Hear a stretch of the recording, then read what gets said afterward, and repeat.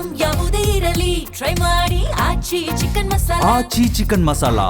ಹಾಸನದ ಸರ್ಕಾರಿ ಹಾಸ್ಟೆಲ್ ಒಂದರಲ್ಲಿ ಕೊಲೆಗಡಕರಿಗೆ ಆಶ್ರಯ ನೀಡಲಾಗಿದೆ. ಹಾಗಾಗಿ ಇಲ್ಲಿ ಎಲ್ಲರಿಗೂ ಮೂಡ್ತಾ ಇರುವಂತ ಪ್ರಶ್ನೆ ಏನು ಅಂತಂದ್ರೆ, ಸರ್ಕಾರಿ ಹಾಸ್ಟೆಲ್ಗಳು ಎಷ್ಟು ಸೇಫ್? ಹಾಗಾದ್ರೆ ಕೊಲೆಗಡಕರಿಗೆ ಆಶ್ರಯಾಗಿರುವಂತ ಈ ಸರ್ಕಾರಿ ಹಾಸ್ಟೆಲ್ ಬಗ್ಗೆ ಈಗ ಹಲವು ಪ್ರಶ್ನೆಗಳು ಮೂಡ್ತಾ ಇರುವಂತದ್ದು. ಹಾಸನದ ಹತ್ಯೆ ಪ್ರಕರಣದ ಬೆಚ್ಚಿ ಬೀಳಿಸುವ ಸತ್ಯ ಈಗ ಬಯಲಾಗಿದೆ. ಮಾರ್ಚ್ 12ರಂದು ಕೊಲೆಯಾಗಿದ್ದಂತ ವರುಣ್ ಎಂಬ ಯುವಕ ಶಶಾಂಕ್ ಜೊತೆ ವರುಣ್ ಎಂಬುವನನ್ನ ಕೊಂದಿದ್ದಂತ 8 ಯುವಕರು ವಿದ್ಯಾರ್ಥಿಗಳ ನಿಲಯದಲ್ಲೇ ಇವರಿಗೆ ಕಿರಾತಕರಿಗೆ ಈಗ ಸ್ಥಾನವನ್ನ ನೀಡಲಾಗಿದೆ. ಅವರಿಗೆ ಅಲ್ಲಿ ಉಳ್ಕೊಳ್ಳೋದಕ್ಕೆ ಜಾಗವನ್ನ ನೀಡಲಾಗಿದೆ. ಈ ಒಂದು ಹಾಸ್ಟೆಲ್ನಲ್ಲಿ ಇಷ್ಟು ಜನರು ಅಲ್ಲಿ ಅಡಗಿ ಕೂತಿರುವಂತ ಮಾಹಿತಿ ಬರ್ತಾ ಇದೆ. ಹಾಸನದ ಹಾಸ್ಟೆಲ್ನಲ್ಲಿ ಕೊಲೆಗಾರ ಪೃಥ್ವಿಕ್ಗೆ ಆಶ್ರಯವನ್ನ ನೀಡಲಾಗಿತ್ತು. ರಕ್ತಸಿಕ್ತ ಎಂಬುವಂತಹ ಬಟ್ಟೆ ಏನಿತ್ತು, ಮಾರಕಾಸ್ತ್ರಗಳೇನಿವೆ ಅವೆಲ್ಲವನ್ನ ತೆಗೆದುಕೊಂಡು ಹೋಗಿ ಆ ಒಂದು ಹಾಸ್ಟೆಲ್ನಲ್ಲಿ ಈ ಒಬ್ಬ ಪೃಥ್ವಿಕ್ ಎಂಬ ಯುವಕ ಅಲ್ಲಿ ಆಶ್ರಯ ಪಡೆದುಕೊಂಡಿದ್ದ ಅನ್ನುವಂತ ಮಾಹಿತಿ ಬರ್ತಾ ಇದೆ. ಚಂಡೇನಹಳ್ಳಿಯಿಂದ ವರುಣ್ ಕಿಡ್ನಾಪ್ ಮಾಡಿ ಆತನನ್ನ ಕೊಲೆ ಮಾಡಲಾಗಿತ್ತು. ಈ ಹಂತಕರು ಆತನನ್ನ ಕೊಲೆ ಮಾಡಿದ್ರು. ಅರಸೀಕೆರೆ ತಾಲೂಕಿನ ಗಂಡಸಿ ಸಮೀಪದ ಚಂಡೇನಹಳ್ಳಿ ಗ್ರಾಮದಲ್ಲಿ ಈ ಒಂದು ಕೊಲೆ ನಡೆದಿತ್ತು. ಹಾಸನದ ಗುಂಡೇಗೌಡ ಕೊಪ್ಪಲಿನಲ್ಲಿ ಕೊಲೆ ಮಾಡಿದ್ರು ಪಾಪಿಗಳು. ಆದ್ರೆ ಈ ಪಾಪಿಗಳಿಗೆ ಈ ಒಂದಿಷ್ಟು ಪಾಪಿಗಳೇನಿದ್ರು ಇವರ ಮಧ್ಯೆ ಒಬ್ಬ ಪೃಥ್ವಿಕ್ ಎಂಬುವನಿಗೆ ಈ ಒಂದು ಹಾಸ್ಟೆಲ್ನಲ್ಲಿ ಆಶ್ರಯ ನೀಡಲಾಗಿತ್ತು. ಹಾಗಾಗಿ ಈ ಹಾಸ್ಟೆಲ್ನ ಮಾಲೀಕರೇನಿದ್ದಾರೆ, ಈ ಹಾಸ್ಟೆಲ್ನ ಸಂಪೂರ್ಣವಾಗಿ ಯಾರು ಜವಾಬ್ದಾರಿ ತೆಗೆದುಕೊಂಡಿದ್ದಾರೆ ಅವರ ಬಗ್ಗೆ ಈಗ ಎಲ್ಲರಲ್ಲೂ ಕೂಡ ಪ್ರಶ್ನೆ ಮೂಡ್ತಾ ಇದೆ. ಹಾಗಾದ್ರೆ ಯಾವ ರೀತಿಯಾಗಿ ವ್ಯವಸ್ಥೆಯನ್ನ ಇವರು ನೋಡಿಕೊಳ್ತಿದ್ದಾರೆ? ಇಂಥ ಹಂತಕರಿಗೆ ಈ ಹಾಸ್ಟೆಲ್ಗಳು ಉಳಿದುಕೊಳ್ಳೋದಕ್ಕೆ ಸ್ಥಾನವಾಗುತ್ತೆ ಅಂತಂದ್ರೆ ಇಲ್ಲಿ ಎಲ್ಲರಿಗೂ ಕೂಡ ಮೂಡ್ತಾ ಇರುವಂತದ್ದು ಇದೇ ಪ್ರಶ್ನೆ. ಇದರ ಬಗ್ಗೆ ಹೆಚ್ಚಿನ ಮಾಹಿತಿಯನ್ನ ನಮ್ಮ ಪ್ರತಿನಿಧಿ ಪ್ರತಾಪ್ ನೀಡಲಿದ್ದಾರೆ. ಪ್ರತಾಪ್, ಈ ರೀತಿಯಾಗಿ ಹಾಸನದ ಹಾಸ್ಟೆಲ್ನಲ್ಲಿ ಕೊಲೆಗಡಕರಿಗೆ ಸ್ಥಾನವನ್ನ ನೀಡಲಾಗಿದೆ, ಅಲ್ಲಿ ಉಳಿದುಕೊಳ್ಳೋದಕ್ಕೆ ಇವರಿಗೆ ಜಾಗವನ್ನ ನೀಡಲಾಗಿದೆ. ಹಾಗಾದ್ರೆ ಯಾವ ರೀತಿಯಾಗಿ ಎಷ್ಟು ಸೇಫ್ ಈ ಹಾಸ್ಟೆಲ್ಗಳು?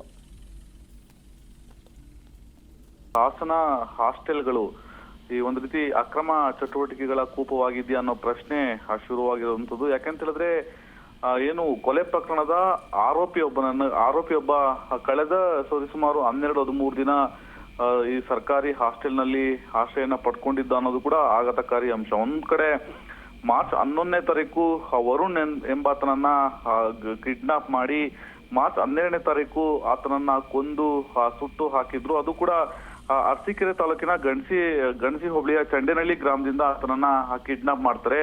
ಅಲ್ಲಿಂದ ಹಾಸನ ನಗರದ ಗುಡ್ಡೇನಹಳ್ಳಿಗೆ ಕರ್ಕೊ ಬಂದು ಅಲ್ಲಿ ಆತನಿಗೆ ಹಲ್ಲೆ ನಡೆಸಿ ಮರ್ಡರ್ ಮಾಡಿ ಆತನನ್ನ ಅರಸೀಕೆರೆ ತಾಲೂಕಿನ ಬೇರೊಂದ್ ಕಡೆ ಸುಟ್ಟು ಹಾಕಿರ್ತಾರೆ.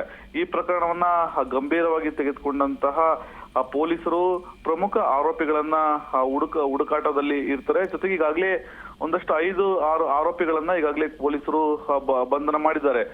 ಇನ್ನು 2-3 ಆರೋಪಿಗಳಾಗಿ ಹುಡುಕಾಟವನ್ನ ನಡೆಸ್ತಾ ಇದ್ದಾರೆ. ಆದ್ರೆ ಒಬ್ಬ ಆರೋಪಿ 8ನೇ ಆರೋಪಿ ಏನಿದ್ದಾನೆ ಪೃಥ್ವಿಕ್, ಈತನನ್ನ ಹಾಸನ ನಗರದ SC/ST ಹಾಸ್ಟೆಲ್ನಲ್ಲಿ ಬಂಧನ ಮಾಡಿರುವಂತದ್ದು. ಒಂದ್ ರೀತಿ ಆ ಮರ್ಡರ್ಗೆ ಬಳಸಿದಂತಹ ಏನು ಆಯುಧಗಳಿದಾವೆ, ಮಾರಕಾಸ್ತ್ರಗಳಿದಾವೆ, ಅವೆಲ್ಲವನ್ನು ಕೂಡ ಹಾಸ್ಟೆಲ್ನಲ್ಲೇ ಆತನಿಂದ ವಶಕ್ಕೆ ಪಡ್ಕೊಂಡಿರುವಂತದ್ದು. ಸದ್ಯ ಆತನನ್ನ ಪೊಲೀಸರು ವಶಕ್ಕೆ ಪಡ್ಕೊಂಡು ಹೋಗಿದ್ದಾರೆ. ಆದ್ರೆ ಇಲ್ಲಿ ಪ್ರಶ್ನೆ ಇರುವಂತದ್ದು, ಒಂದು ಹಾಸ್ಟೆಲ್ನಲ್ಲಿ ಕೊಲೆ ಪ್ರಕರಣದ ಆರೋಪಿ ಸುಮಾರು 10-12 ದಿನ ಆಶ್ರಯ ಪಡ್ಕೊಡ್ತಾನೆ ಅಂತಂದ್ರೆ ಆತನಿಗೆ ಆಶ್ರಯ ಕೊಟ್ಟಿದ್ದಂತ ಸ್ನೇಹಿತರು ಯಾರು, ಜೊತೆಗೆ ಹಾಸ್ಟೆಲ್ನ ವಾರ್ಡನ್ ಏನ್ ಮಾಡ್ತಿದ್ರು? ಯಾಕಂದ್ರೆ ಆ ಒಂದು ಹಾಸ್ಟೆಲ್ನಲ್ಲಿ ವಾರ್ಡನ್ ಮೇಲುಸ್ತುರಿ ಆಗಿರ್ತಾರೆ.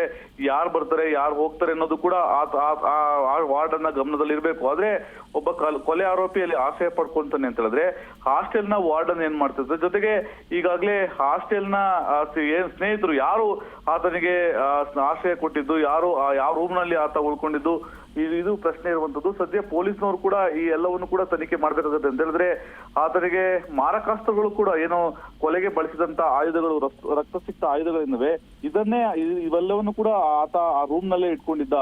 ಅಂದ್ರೆ ಆ ಸ್ನೇಹಿತರಿಗೂ ಕೂಡ ಈ ಕೊಲೆ ಮಾಡಿ ಬಂದಿರುವಂತದ್ದು ಗೊತ್ತಿರುವಂತದ್ದು.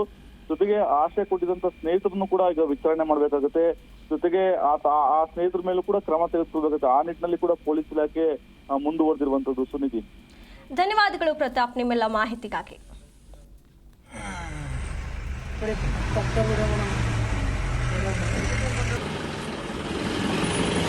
ಹುಡುಗಿದವ